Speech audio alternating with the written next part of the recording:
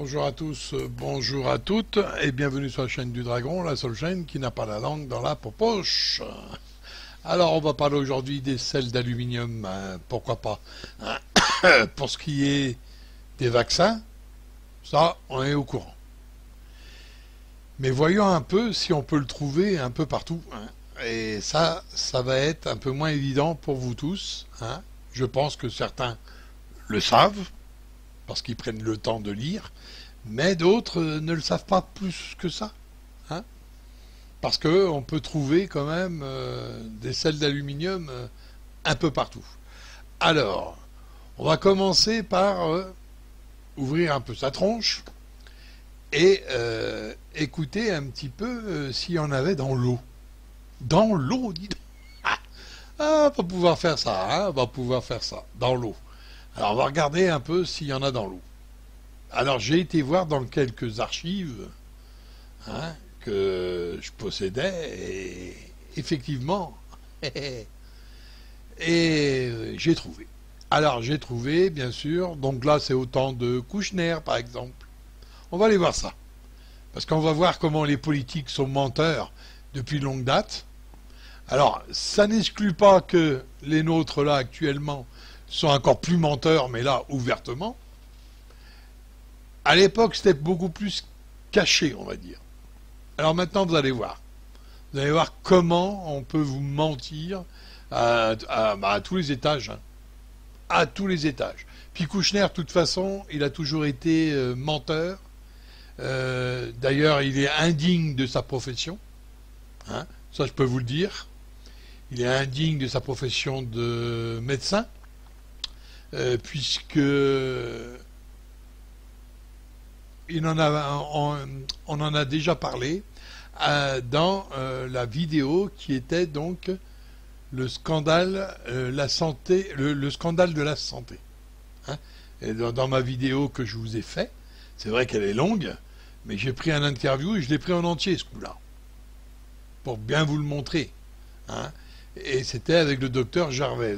Donc ça, beaucoup le connaissent et savent ce qu'il en est. Et Kouchner, d'ailleurs, lui a dit des choses un peu bizarres. Enfin, il suffit que vous allez voir et puis vous verrez. Donc on va regarder là maintenant l'aluminium, si c'est si bon que ça. Faut pas oublier les gens qu'il y en a dans les vaccins. On est d'accord. Alors c'est toujours une histoire de gros sous. Il y a autre chose pour changer ça. Et vous allez voir. Vous allez voir pourquoi les ministères, tous ces hommes politiques là, si on peut appeler ça des hommes, des ânes politiques là, sont à Paris. Et vous verrez. Vous verrez par la même que on n'est pas tous à la même enseigne. Ah, ça c'est intéressant de le voir. Et à l'endroit où on croirait que c'est le plus pollué, c'est peut-être là le milieu. Et regardez un peu.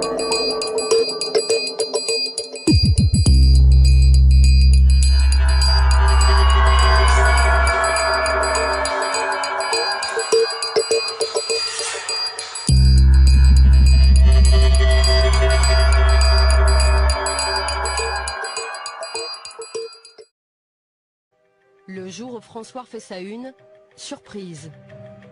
Une étude de l'INSERM de Bordeaux à prendre avec précaution. Elle établit un lien entre l'aluminium présent dans l'eau du robinet et puis la maladie d'Alzheimer.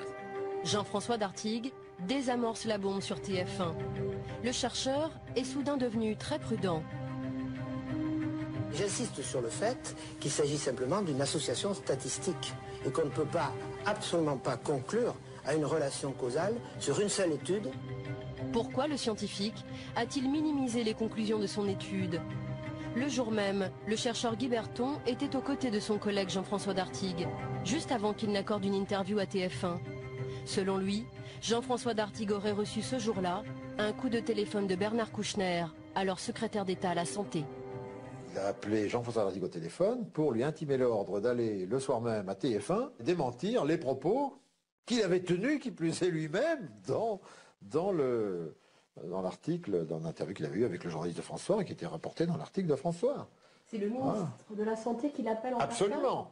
Absolument. C'est ce que m'a dit Jean-François Dartig en revenant, en disant « Monsieur Berton, je suis désolé, je ne pourrai pas assister à votre séminaire de cet après-midi parce que Kouchner me demande d'aller à la télévision ce soir à TF1, sur TF1, démentir les propos tenus par mon équipe et moi-même concernant l'aluminium. » Certaines personnes m'ont dit que vous aviez reçu un coup de fil le jour justement de cette une pour vous demander d'aller minimiser un peu votre étude devant les médias. Absolument pas. Absolument pas. Non, absolument pas. Non, ça je peux vous affirmer, absolument pas. Guy Berton dit pourtant être sûr de lui. Il affirme se souvenir très bien de son indignation. J'ai dit qu'il n'était pas le chercheur du ministre, ni du gouvernement français, mais qu'il était le chercheur de la totalité de la population française et même de la totalité de la population mondiale. Voilà, c'est ça un chercheur. Le chercheur n'a pas de compte à rendre à un ministre. Voilà. Il a un compte à rendre à sa conscience, c'est tout. Et qu'est-ce qu'il vous dit, lui, comme réponse? Ah, la réponse a été très simple. Alors là, je m'en souviens comme si c'était hier. Il a répondu oui, mais moi, si je veux des crédits l'année prochaine pour mon unité. Voilà, c'est tout. Malgré nos multiples relances, la chargée de presse du ministre Bernard Kouchner n'a pas donné suite à notre demande d'interview. Je vous confirme que son emploi du temps est très chargé. Nous devons déjà refuser beaucoup de demandes d'entretien sur des sujets d'actualité essentiels. Les scientifiques vont se faire discrets, mais 2 ans plus tard, le ministère de la Santé commande tout de même une étude à l'AFSA. C'est l'organisme d'État qui veille sur la sécurité alimentaire des Français. En 2003, voici son rapport. 16 millions de Français boivent une eau traitée au sel d'aluminium. Près de 4 millions boivent même une eau qui dépasse la norme. Et pourtant, selon les experts de l'AFSA, il n'apparaît pas nécessaire de fixer pour les eaux une référence de qualité inférieure à 200 microgrammes par litre. Pour l'AFSA, l'affaire est réglée, on ne touche pas à la norme. Marie Favreau est directrice des risques sanitaires dans cet organisme. Aujourd'hui encore, elle est convaincue du bien fondé de cette décision. La référence de qualité qui est de 200 mg par litre d'aluminium, pour vous, est une bonne référence. Est une très bonne référence. Enfin, une très bonne. Est la référence de qualité. Ouais. Et alors, qu'est-ce que vous recommandez sur quand on dépasse la référence de qualité en aluminium? Alors, nous recommandons rien. Effectivement. L'AFSA ne recommande rien, même quand la norme est largement dépassée, comme à Saint-Prégé-d'Allier, par exemple. Attendez, je vais agrandir parce qu'il faut quand même que vous me voyez. Là, par exemple, vous voyez, c'est une commune de Haute-Loire, c'est une analyse qui date de 2009. Il trouve en aluminium 1230 microgrammes par litre. Donc on est quand même 6 fois au-delà des références de qualité. Alors est-ce que cette eau doit être consommée ou pas? Je vous redis pour la dernière fois, je veux dire peut-être encore une fois de façon à être plus claire, que le rôle de l'AFSA, c'est de fixer ces fameuses limites de qualité et de les donner aux gestionnaires. Voilà. Son rôle ne va pas plus loin et ne peut pas aller plus loin. Mais est-ce que vous avez établi des recommandations sur les dépassements? Est-ce qu'on doit consommer ou pas en fait? C'est ça la question qu'on se pose. L'attaché de presse intervient. Sophie, je pense hier, on n'aborde pas les questions de la gestion. Ça, c'est le gestionnaire. Oui, mais c'est savoir quelles recommandations on a sur les dépassements de référence de qualité, en fait. Est-ce qu'il y a des recommandations ou pas qui existent, en fait? Est-ce qu'on peut couper l'émission? On coupe l'émission. Voilà, c'est tout. Mais en fait, j'aimerais comprendre pourquoi. Moi, je vous demande... Je vous demande de couper l'émission. En 2007, 2 700 000 Français ont bu au moins une fois une eau au-dessus de la norme aluminium. Nous n'en saurons pas plus. Quelles sont les communes touchées par ces dépassements? Lors de notre enquête, nous avons trouvé quelques villes, et pas seulement des villages comme Saint-Prégé-d'Allier et Tence, où la norme officielle est ponctuellement dépassée. Montbéliard, 26 000 habitants, juste au-dessus de la norme. Saint-Chamond, 35 000 habitants, également au-dessus de la norme. Saint-Brieuc, 46 000 habitants, plus de 4 fois la norme. Saint-Nazaire, 71 000 habitants, plus de 2 fois la norme. Ou encore Saint-Étienne, 175 000 habitants, là aussi, plus de 2 fois la norme. Et pourtant, il existe une solution pour se passer d'aluminium et rendre l'eau limpide, sans aucun danger pour la santé. En France, les habitants d'une grande ville peuvent boire l'eau du robinet en toute tranquillité. Cette grande ville, c'est Paris. Depuis plus de 30 ans, la mairie a proscrit l'aluminium. C'est ici, en banlieue sud parisienne, qu'Eau de Paris traite les eaux de la Seine, distribuées au robinet des Parisiens. Cette eau est parfois boueuse et Bénédicte Velté, directrice adjointe de la qualité, nous montre l'autre procédé qu'on peut utiliser pour la clarifier. Alors qu'est-ce que c'est ça? Alors ça c'est du chlorure ferrique, c'est un réactif qu'on ajoute à l'eau pour faire la coagulation de l'eau, c'est-à-dire éliminer les particules qui sont en suspension dans l'eau. Et le chlorure ferrique c'est donc totalement inoffensif pour l'être humain? Ah oui, le chlorure ferrique est complètement inoffensif pour l'être humain. Ici, on utilise le chlorure ferrique parce que la ville de Paris avait souhaité avoir une teneur en aluminium excessivement faible dans l'eau du robinet. Et donc, Haute-Paris ne peut pas utiliser les sels d'aluminium afin de respecter en permanence une teneur en aluminium très très basse dans l'eau du robinet de Paris.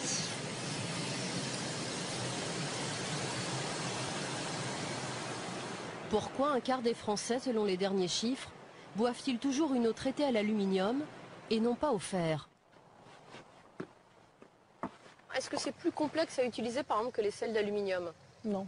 Non, c'est pas plus complexe à utiliser, c'est simple d'utilisation. Et est-ce que c'est plus coûteux par exemple que les sels d'aluminium? Non, c'est pas plus coûteux que les sels d'aluminium. Non, non, le coût est équivalent. Pourquoi on n'a pas généralisé ce principe en France? Le problème des sels ferriques, c'est que dans certains cas, ça peut donner une petite couleur à l'eau, parce que le fer est rouge, donc ça peut donner une petite couleur à l'eau. Mais là, on parle de choses qui ne sont pas dangereuses pour la santé. Même si l'eau est un peu colorée par les chlorures ferriques, c'est pas dangereux. Non, non, c'est pas dangereux, mais c'est l'aspect esthétique que le consommateur est excessivement perturbé dès que l'eau a une couleur ou un trouble, ce qui est tout à fait logique. Hein. C'est la première perception que le consommateur ressent.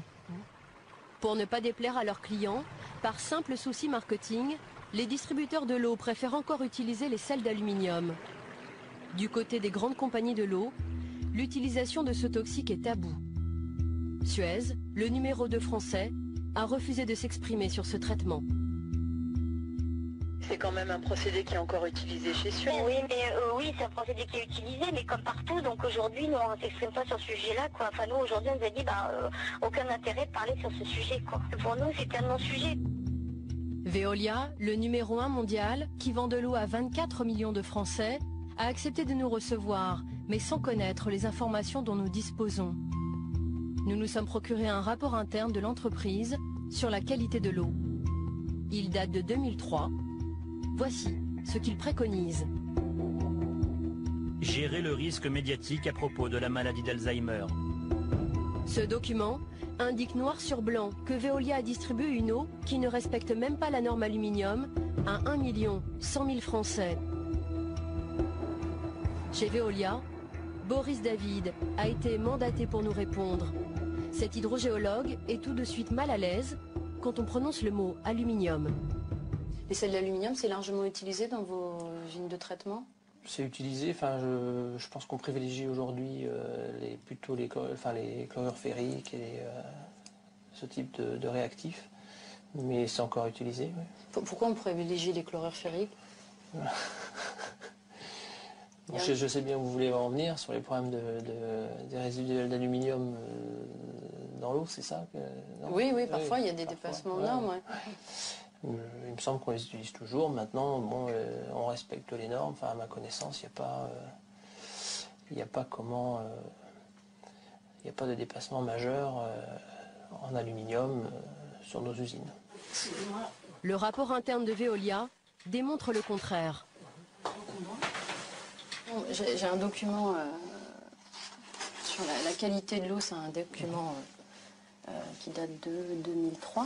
Ce document, Boris David refuse au début d'en parler. Ça ne doit pas sortir de la maison, ça. C'est pas des documents publics. Hein. Le truc sur l'aluminium, vous m'avez montré. Je ne sais pas comment vous avez obtenu ça. Mais ça, ce truc-là, là. Et vous avez quelqu'un en interne qui vous a donné ça. C'est pas des documents. Voilà, d'ailleurs, c'est un document interne. J'ai celui de 2009, si vous voulez, on peut regarder. Ah bah oui, ça peut être intéressant, ouais, si vous l'avez. À contre-cœur, Veolia nous livre le nombre de personnes qui ont encore bu en 2009 de l'eau qui dépasse régulièrement la norme aluminium. Je ne sais pas où vous avez ce document-là. Hein. Moi, ça m'inquiète de savoir qu'ils sont en circulation. Et sur la répartition nationale, globale, vous avez combien de personnes encore? Là, on en a global 106 900. Donc il y a encore 106 000 personnes qui ont des problèmes de qualité d'eau sur l'aluminium. Voilà. Tu veux faire des plans ou pas du document? Si je peux, bien sûr. Ouais, moi, mais je pense pas. Non. Ouais. Non. Quelles sont les communes clientes de Veolia qui ont distribué cette eau régulièrement contaminée? Nous n'en saurons pas plus. Pourquoi? J'ai discuté avec eux de ça. Eux m'ont dit à l'époque, mais c'était il y a 10 ans, ça peut être changé, que ça coûterait quand même nettement plus cher. Donc c'était un problème économique en fait. Il y a un problème économique derrière. Je pense que ça coûterait plus cher. Ça veut dire aussi que l'économie est passée devant la santé. Non, parce que et je crois que on va pas dire, c'est un problème. La santé est aussi un problème économique, si vous voulez. Il faut faire des choix. Qu'est-ce que vous voulez dire par faut faire des choix? Il faut choisir. Est-ce qu'on choisit la santé des enfants? Est-ce qu'on choisit la santé des... Ou est-ce qu'on choisit la santé des vieux? On fait bien un choix. Donc l'aluminium et les personnes âgées, c'était pas forcément la priorité? Ça me paraît pas la priorité. Et même encore. 10 ans après l'étude épidémiologique française sur les facteurs de risque de la maladie d'Alzheimer, l'aluminium n'est toujours pas une priorité pour l'État. Le ministère de la Santé ne recense pas les communes concernées par ce procédé. Pour d'autres polluants, l'État a l'obligation de protéger toute la population. Ce sont les nitrates et les pesticides. Pour ces polluants agricoles, la réglementation est formelle. Pas question de dépasser les normes. Pourtant, 5 millions de Français ont bu en 2008, au moins une fois, des pesticides. Et les autorités le leur cachent trop souvent.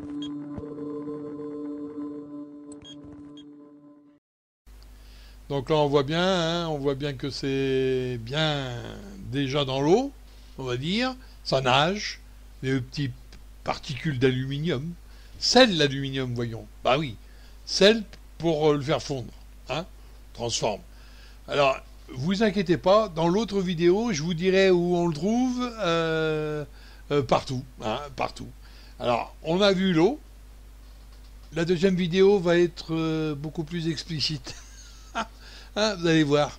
Et donc vous verrez bien sûr où vous en avez exactement et dans votre vie de tous les jours. Et bien sûr aussi dans les vaccins. On est d'accord? Donc attention à cette putain d'aluminium parce que bonjour les dégâts. Si vous en avez trop dans le corps, c'est pas bon du tout, c'est pas beau du tout. C'est pas bon. Non. On n'a pas d'arbre. Vous avez vu un arbre, vous, d'aluminium? Non, moi j'y ai pas vu. Le fruit aluminium n'existe pas. Il n'y a que les abrutis pour y croire, que ça pousse dans la nature. Il faut aller le chercher, le machin. Puis il faut le transformer. Ah oui. C'est un peu comme le fluo, ça. Et le goût amande. Le goût menthe. Dans les dentifrices, là. Ça, c'est un produit chimique. Le phosphore. Oui, ça a un bon goût. Mais c'est produit chimique. Et comme dans la nature, on ne le fabrique pas, le phosphore, imaginez bien, ils ne savent pas quoi en faire. Parce qu'on ne peut pas le jeter dans la nature, et ils ne savent pas quoi en faire. Ils nous l'ont mis dans l'estomac. Oui. Enfin, c'est pas meilleur, Donc vous voyez bien, oui, certains quand ils vous disent ils nous tuent à petit feu, oui, on peut que leur donner raison, on est d'accord. Oui, ils nous tuent lentement. Il n'y a qu'à voir les corps quand ils sont décédés, ils tiennent beaucoup plus longtemps, ils sont complètement, il y a complètement des produits chimiques dedans, ils se décomposent plus aussi vite. Bon. Allez, on va pas parler de mort ou de choses. Alors voilà pour ce qui était de la première vidéo. Il y en aura 2. La deuxième sera faite uniquement sur la nourriture et sur les vaccins, bien sûr. Et vous verrez donc que c'est pas d'aujourd'hui. C'est pas d'aujourd'hui. Vous avez vu déjà, hein, Kouchner. Ah, Kouchner. Kouchner, de toute façon, si vous voulez en avoir un grand exemple, hein, allez voir ma vidéo hein, sur ma chaîne, qui est celle qui parle de la santé. Donc c'est... il y a 2 ans à peu près hein, que je l'ai mise, celle-là. Hein, c'est Scandale sur la santé. Voilà le titre. Donc vous allez sur ma chaîne, vous cherchez Scandale sur la santé. Puis vous la regardez.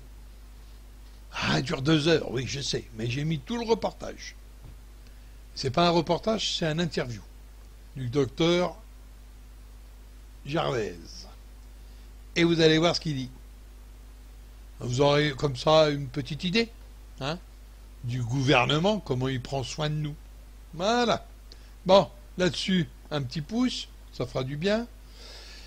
Et ça emmerdera un peu le monde. Parce que c'est vrai que là, en ce moment, ça doit bien les emmerder qu'on prépare des vidéos sur tout ça. Hein. Je vous le dis. Donc si vous... faire le petit poupouche, eh ben ça emmerde le monde. Ah ouais. Pas les citoyens, les politiques et un peu tout le monde. Bon, de toute façon, on la mettra sur les brailles au cas où on ne sait jamais, hein, puisque c'est au petit bonheur la chance ça aussi. Hein. J'ai bien vu, dès que vous mettez quelque chose qui sort un peu de l'ordinaire, hop, on sucre. Hein. Alors on peut vous sucrer 1 mois après, hein. Ça veut rien dire, c'est pas parce qu'elle est sur la chaîne que forcément elle va être censurée tout de suite. Vous pouvez avoir une censure même 1 an après, hein. C'est déjà arrivé à quelques-uns. Ah oui. Bah, le temps qu'ils arrivent à vous, quoi.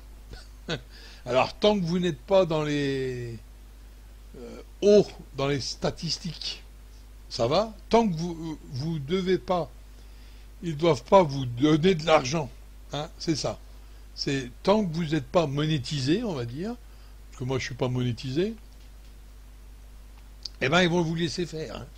Mais dès que vous êtes monétisé, alors là ils vont surveiller là, le truc. S'ils peuvent vous sucrer quelques-unes, alors là ils vont le faire. Hein. D'accord ? Et ça devient un vrai bordel, YouTube, hein, ça devient un vrai bordel qui continue comme ça, et il y a beaucoup comme moi, bon ben, dès que Libraille va être, tous mes abonnés seront sur Libraille, je pense que la chaîne YouTube, elle va vite se tarir, on va dire. Pour l'instant, tous mes abonnés ne sont pas partis sur Libraille. Ouais, c'est normal. Pour l'instant, c'est comme ça. Alors, je vous conseille, au cas où, parce que s'ils coupent la chaîne, vous ne pourrez plus avoir les liens. Alors, ce que je vous conseille, c'est d'enregistrer le lien, d'aller directement sur les brailles, de vous enregistrer sur le braille, ensuite de l'avoir dans vos starting blocks, hein, et dès que c'est coupé, vous savez où me trouver. Hein, je remettrai une autre chaîne, de toute façon, hein, parce que je suis breton, donc têtu. Donc je mettrai une autre chaîne, bien sûr, mais en attendant, il y aura le braille pour mes nouvelles vidéos. Hein, parce que je ferai des nouvelles vidéos, hein, bien sûr. Comme ça, au moins, je suis tranquille de ce côté-là. Et vous pourriez être tranquille en faisant ça. Alors là-dessus, je vous dis à bientôt sur une autre vidéo, en espérant vous retrouver tous sur Libraille, si jamais il y a un problème. Et bien sûr,